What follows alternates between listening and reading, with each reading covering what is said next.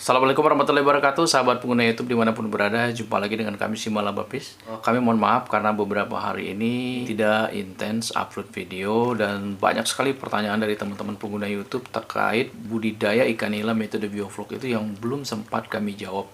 Terkait kesibukan kami mohon maaf ya teman-teman semuanya. Tapi kami memilah-milah ada beberapa pertanyaan dari teman-teman yang cukup penting dan coba akan kami jawab pada ulasan ini, yaitu mengenai listrik. Nah teman-teman semuanya, dalam metode budidaya ikan nila biovlog ini kita tidak bisa terlepas dari yang namanya listrik, karena listrik ini merupakan komponen yang sangat penting. Inilah yang membedakan metode biovlog dengan metode konvensional. Di mana konvensional misalnya menggunakan kolam air deras itu kita menggunakan metode gravitasi ya, atau gerakan air yang mengalir secara kontinu, atau menggunakan metode pompa ya. Nah kalau untuk biovlog ini kita terkait dan sangat bergantung sekali dengan yang namanya listrik. Kenapa teman-teman semuanya? Karena air yang kita pergunakan itu adalah air yang itu-itu aja. Di samping itu juga metode biovlog itu pada prinsipnya adalah memelihara bakteri terlebih dahulu sebelum kita memelihara ikan. Artinya media tanam atau media hidup sebagai habitatnya ikan tadi itu dipenuhi oleh bakteri yang berfungsi untuk menguraikan senyawa-senyawa organik dari hasil metabolisme tubuh ikan. Nah, bakteri-bakteri ini sangat rentan sekali dengan yang namanya kekurangan oksigen. Karena itu, dalam metode biovlog itu kita harus menyuplai oksigen sebanyak-banyaknya menggunakan satu mesin yang namanya aerator, dan itu tentu menggunakan listrik teman-teman semuanya. Nah, ada pertanyaan dari teman-teman, Bang, bagaimana kalau mati listrik? Oke, teman-teman semuanya, jawabannya adalah apabila teman-teman sudah memantapkan diri untuk budidaya ikan nila dengan metode biovlog, harus punya persediaan genset. Ya, genset itu tidak perlu terlalu besar ya teman-teman. Saat ini genset itu yang murah-murah juga banyak, dengan kualitas yang ya untuk kita skala rumahan atau skala biovlog yang hanya beberapa buah kolam saja untuk belajar seperti kami Simala Bapis itu kita bisa menggunakan genset seperti yang saat ini ada di depan kami ini teman-teman semuanya. Nah, genset ini murah banget teman-teman semuanya. Ya, ini teman-teman bisa browsing dan kami ini beli secara online. Jadi nggak perlu teman-teman sibuk cari-cari toko genset misalkan nggak ada di sekitar rumah teman-teman semuanya. Itu kita bisa beli secara online. Ini harganya tuh cuman 900.000. Ya kurang lebih segitulah teman-teman semuanya. Artinya di bawah 1 juta. Dan ini sudah kami operasikan lebih kurang sekitar 3 kali. Kenapa? Karena kebetulan di farmnya Simala itu sudah pernah mengalami mati listrik sebanyak sekitar 3 kali ya teman-teman semuanya selama masa uji coba kami. Dan pada saat mati listrik tuh ada yang waktunya lama banget gitu, ada dimulai dari jam 9 tuh sampai jam 3 sore. Bayangkan seandainya tidak ada genset, maka wah selesai sudah gitu. Karena bakteri Lactobacillus, bakteri pengurai ya yang ada di dalam kolam biovlog itu lebih dari 20 menit mati listrik atau lebih dari 20 menit tidak disuplai dengan oksigen, maka itu mereka akan mati ya gitu teman-teman. Dan di samping itu apabila sudah mati tentu terbentuknya senyawa amonia akan lebih cepat dan menyebabkan ikan di dalam kolam biovlog kita itu keracunan. Ditambah lagi pastinya ikan-ikan kita juga tidak bisa bernapas. Kenapa? Karena tingkat kepadatan yang sangat tinggi di kolam biovlog itu ya. Bayangkan ya teman-teman semuanya, 100 ekor untuk setiap kubik air. Bahkan ada teman-teman yang nekat. 1 kubik air itu ditanam sampai 200 ekor. Jadi kalau ada 10 kubik itu bisa 2000 ekor. Itu hanya 10 kubik air bisa 2000 ekor. Bayangin ya teman-teman semuanya. Nah, genset ini kami beli secara online. Caranya sangat mudah ya. Bahkan bisa COD juga teman-teman. Cara menghidupkannya gampang sekali. Di sini ada keran minyak ya. Tinggal kita buka tutup aja. Kalau mau hidupkan kita tinggal buka keran minyaknya. Kemudian ini adalah untuk tambah minyaknya nih bagian atas ya teman-teman semuanya. Ya, kita dekatkan kameranya. Nah, ini yang bagian atas ini teman-teman, ini untuk isi ulang minyaknya. Nah, perbedaannya adalah genset itu rata-rata menggunakan oli samping ya teman-teman semuanya. Dan itu sangat mudah sekali. Kita tinggal ke bengkel atau ke dealer motor, beli oli samping, kemudian beli bensin murni, terus dicampur teman-teman semuanya. Ini adalah tangki bensin ya. Dimana tangki bensin ini sebenarnya dia udah ada ini nih teman-teman. Ini adalah untuk penakar oli ya. Nah, seperti ini ya teman-teman. 1 liter bensin itu masukkan aja sekitar 0,02 mili atau segaris ini nih teman-teman. Jadi kalau misalkan teman-teman ngisi bensin tuh 5 liter, penuhkan aja ini. Ya, olinya. Olinya bisa teman-teman beli ya. Oli samping di bengkel-bengkel terdekat. Kemudian dengan bensin murni ya teman-teman semuanya. Jangan menggunakan solar ya, dengan bensin biasa, Pertalite ya, premium bisa. Kemudian ditutup kembali dengan rapat. Nah, sebelum menghidupkan, teman-teman pastikan keran bensinnya ini diturunkan atau dibuka ya. Nah, buka seperti ini teman-teman. Nah, di situ ada jelas tulisannya ya teman-teman. On off-nya di situ. Jadi bagian bawah on dan bagian atas on. Off ya, bagian atasnya off.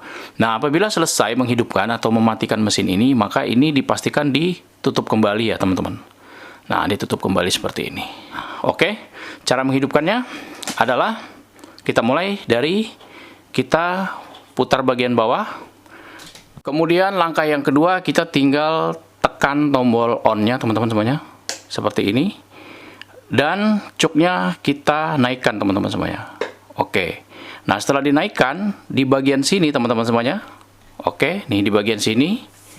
Ini adalah apa ya?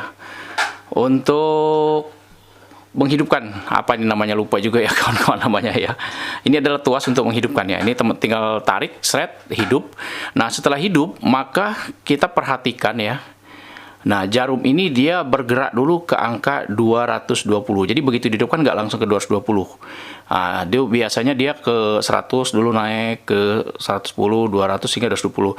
Ketika sudah antang di 220, teman-teman semuanya bisa ya mendistribusikan ya arus listriknya dari sini nih. Tapi saran kami mesin aeratornya jangan langsung dicolok ke sini, tapi kita ambil colokan lagi ya ke bawah sehingga bisa menghidupkan beberapa kolam ya teman-teman. Jadi nggak hanya satu kolam. Oke, untuk lebih jelasnya kami akan coba praktekkan bagaimana kolam bioplok kita nanti mati lampu dan kita menggunakan genset yang kecil ini teman-teman. Ini kapasitasnya itu sekitar 800 watt ya, 800 watt, walaupun di sini tertulis 1200, sebenarnya efektifnya tuh 800 watt. Tapi untuk kita budidaya ikan nila metode bioplok skala rumahan ya masih cukup ya teman-teman. Bahkan menggunakan mesin supercharge yang 2AP juga masih bisa ya teman-teman. Ya 500 watt pun masih bisa ya. Oke. Artinya genset mini ini masih sangat efektif kita gunakan untuk budidaya ya, budidaya ikan metode bioflok. Oke, sekarang kita akan coba praktekkan teman-teman semuanya. Nah, teman-teman semuanya, kita akan uji coba di kolam bioflok kita ini ya, teman-teman semuanya. Sekali lagi, ini adalah kolam bioflok uji coba yang ada di teras rumah, teman-teman semuanya. Ini adalah mesin yang kita gunakan, Resun LP100 ya, teman-teman semuanya. Kemudian untuk sumber listriknya ada di sebelah sana ya, dicolokannya dari sana. Nanti kita akan coba cabut ya teman-teman semuanya. Kita matikan, kemudian kita akan coba apakah genset itu mampu untuk menggerakkan proses aerasi daripada kolam bioblok ini. Nah teman-teman semuanya, sebelum kita menghidupkan genset ya, saat mati listrik sebaiknya yang harus dipersiapkan adalah colokan seperti ini. Karena kalau tidak ada colokan seperti ini, tidak mungkin colokan daripada mesin aerator kita itu langsung ke sini ya teman-teman. Apalagi misalkan mesin aerator kita tuh nggak hanya satu, beberapa buah ya. Misalkan ada beberapa kolam, nah, itu sangat riskan sekali apabila teman-teman tidak menggunakan colokan seperti ini. Dan sebagai catatan, ini jangan langsung dicolokkan dulu ya teman-teman. Jadi kita tunggu jarum itu mengarah di atas 220 seperti tadi kami jelaskan di awal. Nah baru kemudian ini kita masukkan. Setelah itu kita sudah boleh menghidupkan aeratornya. Baik teman-teman semuanya. Oke teman-teman semuanya, sekarang kita akan cabut dulu ya mesinnya. Ya oke, mati ya teman-teman semua. Baik teman-teman semuanya, ini ikannya sudah nampak gelisah seperti itu ya.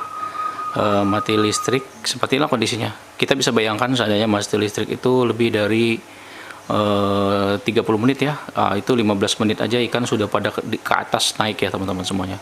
Dan aktivitas bakteri nampak sekali di sini, aktivitas bakteri juga sudah berhenti ya dengan adanya mati listrik. Nah sekarang kita akan hidupkan genset teman-teman semuanya, seperti tadi kita jelaskan ya. Ini posisi keran bensinnya sudah kita turunkan ya, off-nya itu melintang seperti ini. Oke, nah sekarang kita turunkan ke bawah ya. Artinya keran bensin sudah. Kemudian tombol merah ini kita tekan teman-teman, kita aktifkan, dan kemudian cuknya kita dorong ke depan teman-teman semuanya. Oke, setelah semuanya oke, dan kita pastikan bensinnya juga masih ready ya teman-teman. Jadi kami sarankan untuk bensin ini selalu ada ya, jangan sampai mati lampu teman-teman baru nyari-nyari bensin gitu. Oke teman-teman semuanya, sekarang kita akan hidupkan mesinnya. Bismillahirrahmanirrahim.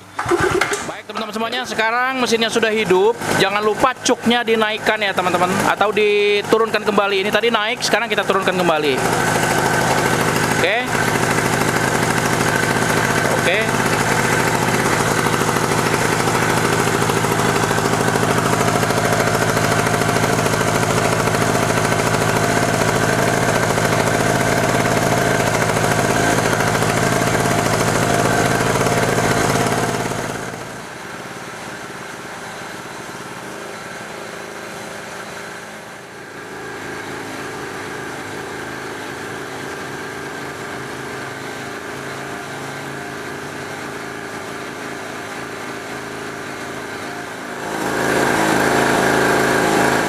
Baik teman-teman semuanya, inilah kondisinya setelah kita menghidupkan genset ya. Dan kondisi air mulai kembali berbusa seperti itu teman semuanya. Kemudian terlihat ikan-ikan sudah masuk kembali ke bagian dalam ya, air ya. Dan tampak di situ gelembung udara juga oke. Proses aerasi kita menggunakan uniring ya teman-teman semuanya untuk titik udaranya, dan ini semua sudah berjalan dengan baik. Oke, ini juga hidup semua ya aeratornya. Artinya untuk satu mesin genset itu teman-teman bisa untuk beberapa kolam ya, kolam aerasinya ya, semuanya stabil ya teman-teman semuanya. Artinya genset yang kita pergunakan cukup ya untuk mengantisipasi jika terjadi mati listrik ya di kolam biovlog teman-teman semuanya. Ya, stabil ya teman-teman. Dengan kondisi arus listriknya juga oke. Dan gelembung udaranya juga tidak berkurang ya, masih tetap baik ya, tetap tinggi, dan ikan-ikan tidak berada di permukaan. Artinya suplai oksigen di dalam kolam biovlog ini cukup bagus teman-teman semuanya. Jadi tambahan informasi ya, terutama bagi teman-teman pemula yang sedang belajar budidaya ikan dengan metode biovlog bareng Simalaba, pastinya agak gampang ya, harus memilih genset yang model apa, seperti apa gitu. Jadi mudah-mudahan video ini menjadi solusi ya buat teman-teman semuanya. Sekali lagi bahwa listrik itu sangat penting, dan kita memang harus memprioritaskan sebelum kita memulai budidaya ikan dengan metode biovlog. Jangan sepelekan yang namanya genset ya teman-teman semuanya. Walaupun genset ini belum tentu sebulan sekali itu dipakai ya, tapi kita tetap harus punya. Dan jangan lupa nantikan video-video kami selanjutnya. Semoga senantiasa menginspirasi buat teman-teman semuanya. Kita belajar setapak demi setapak bersama Simalaba Fish. Assalamualaikum warahmatullahi wabarakatuh.